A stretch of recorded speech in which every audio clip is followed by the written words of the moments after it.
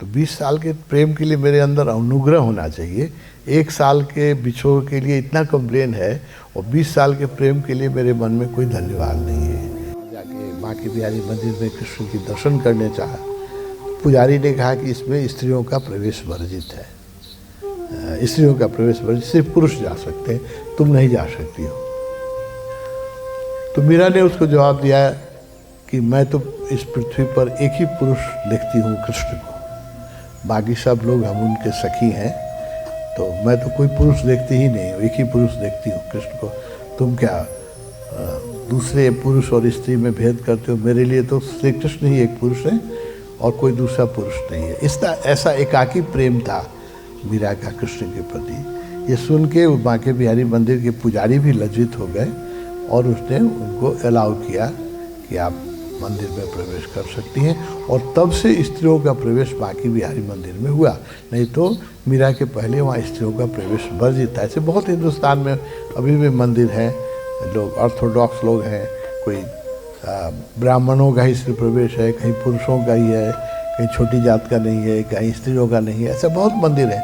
तो बांके बिहारी मंदिर में भी मीरा के बाद ही स्त्रियों का प्रवेश संभव हुआ। तो कृष्ण वो जमुना किनारे बैठ गई पेड़ के नीचे। अब उसको गुरु कहाँ है वो भी पता नहीं चलता था। वृंदावन में है सुनी थी, लेकिन कहाँ है पता नहीं चलता था। तो जमुना किनारे एक पेड़ के नीचे, कदम के पेड़ के नीचे बैठ गए, और कृष्ण जो थे वो उसके साथ मूर्ति के रूप में रात में प्रकट हो जाते थे, मनुष्य रूप में, उसके साथ बातचीत करते थे, प्रेम करते थे। तो एक सखा थे, उसके मित्र थे, उसके सहारा तो कृष्ण ही थे। लेकिन उस बीच में क्या हुआ, गुरु भी शिष्य की परीक्षा लेता है और साधना में उसको उद्देश्य तो यही होता है कि मुक्त हो जाए, सबसे मुक्त हो जाए, मुझसे भी मुक्त हो जाए, इनलाइटेंड हो जाए। तो कृष्ण धीरे धीरे आना बंद कर दिए, जितना भी बुलाते थे वो नहीं आते थे।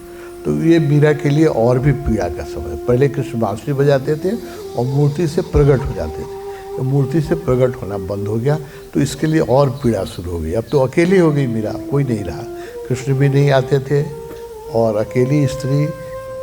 और बहुत कंप्लेन था उसके मन में कि भाई कृष्ण ने हमको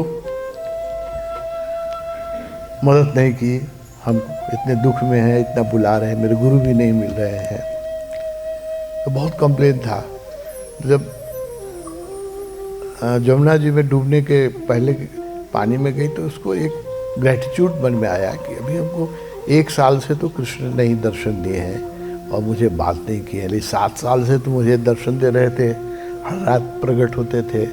तो इतने साल, 20 साल का प्रेम तो था, तो 20 साल के प्रेम के लिए मेरे अंदर अनुग्रह होना चाहिए।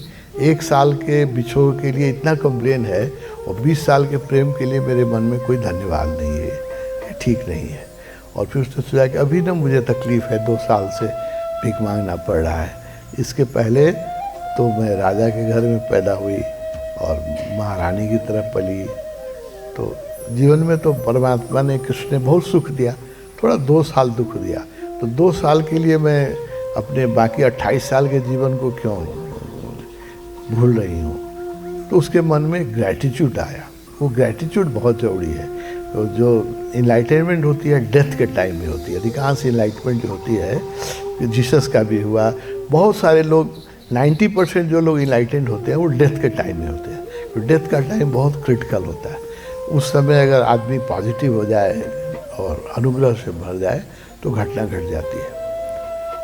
तो उसने सोचा कि नहीं, मेरे मन में जो कंप्लेन था कल रात का, ये गलत है, मरने के पहले मुझे कृष्ण को धन्यवाद देना चाहिए। तो उसने जमुना जी से बालू उठा लिया और कृष्ण को याद करके अर्पित किया।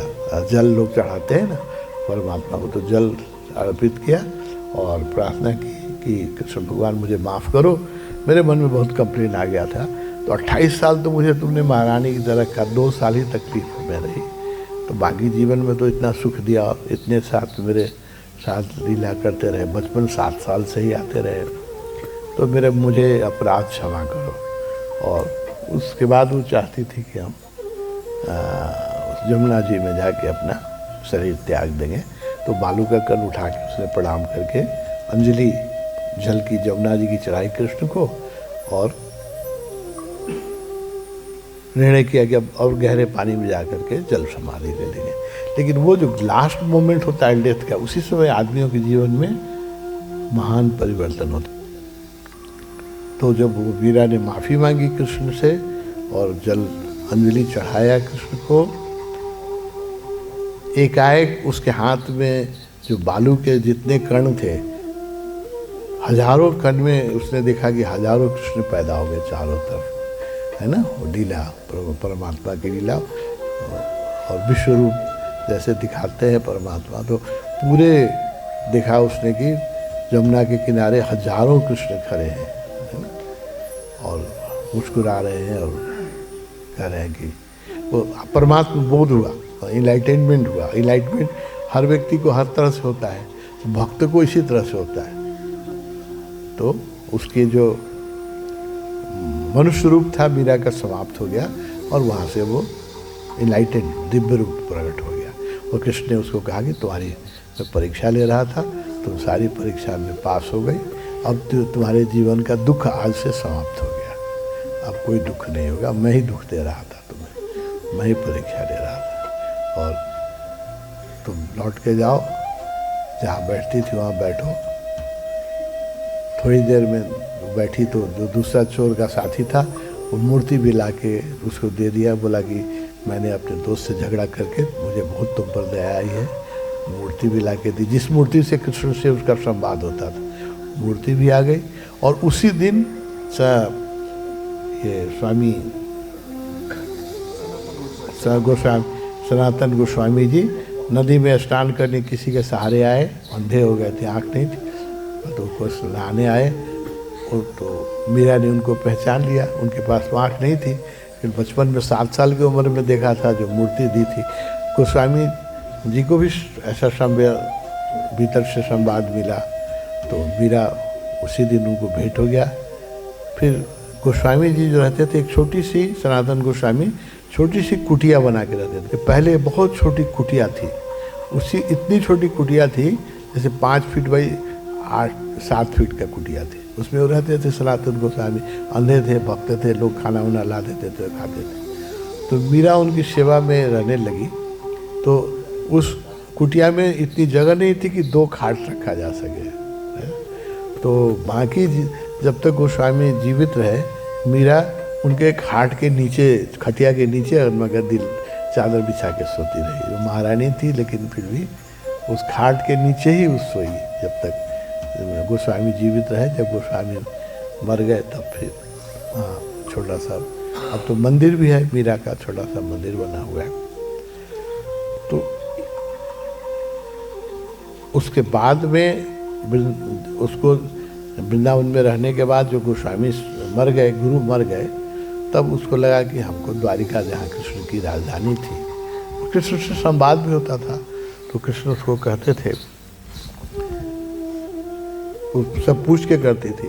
तो उसने कहा कि मुझे द्वारिका धाम जाने की इच्छा है। तो कृष्ण ने कहा ठीक है, और उसकी इच्छा ये थी कि मैं अपना अब शरीर भी छोड़ूं, थोड़ी उम्र भी हो गई, मैं अपना शरीर भी छोड़ूं। तो शरीर छोड़ने की इच्छा थी। वो भी कृष्ण से अनुमति मांगती थी कि मैं मरना चाहती हूँ, शरीर में नहीं रहना चाहती हूँ।